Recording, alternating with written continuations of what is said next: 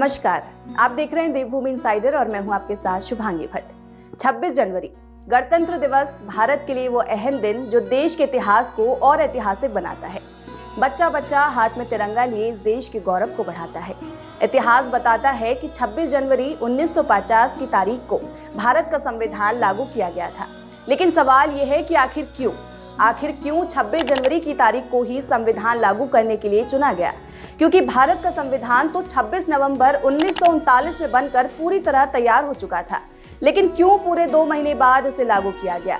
इस खास तथ्य के पीछे एक खास कहानी जुड़ी है।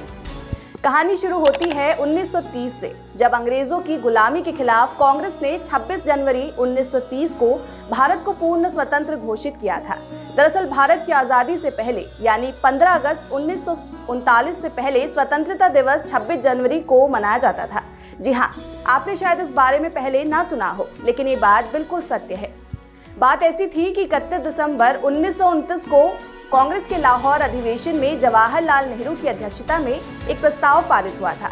इस प्रस्ताव में ये मांग की गई थी कि अगर ब्रिटिश सरकार ने 26 जनवरी 1930 तक भारत को उपनिवेश का दर्जा नहीं दिया तो भारत को पूर्ण स्वतंत्र घोषित कर दिया जाएगा।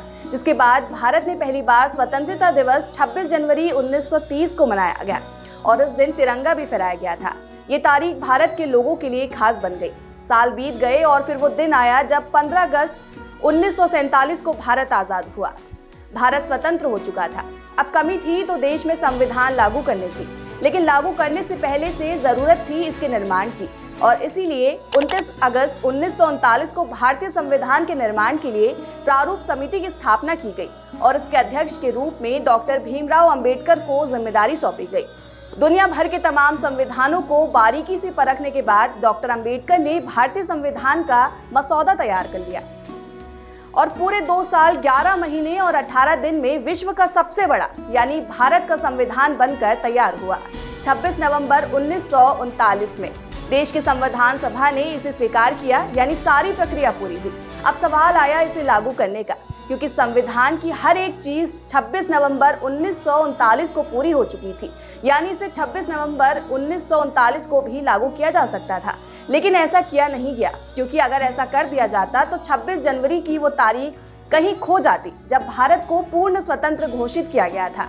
इतिहास बताता है कि अगर 26 नवंबर 1939 को संविधान लागू कर दिया जाता तो फिर स्वाधीनता दिवस यानी 26 जनवरी का महत्व खत्म हो जाता। लिहाजा स्थिति को महत्व देने के लिए 26 जनवरी 1950 को देश का संविधान लागू किया गया और इस दिन को गणतंत्र दिवस घोषित किया गया और ऐसे भारत के इतिहास के पन्नों में ये दिन हमेशा हमेशा के लिए अमर हो गया। आज ही डाउनलोड करें देवभूमि इनसाइडर।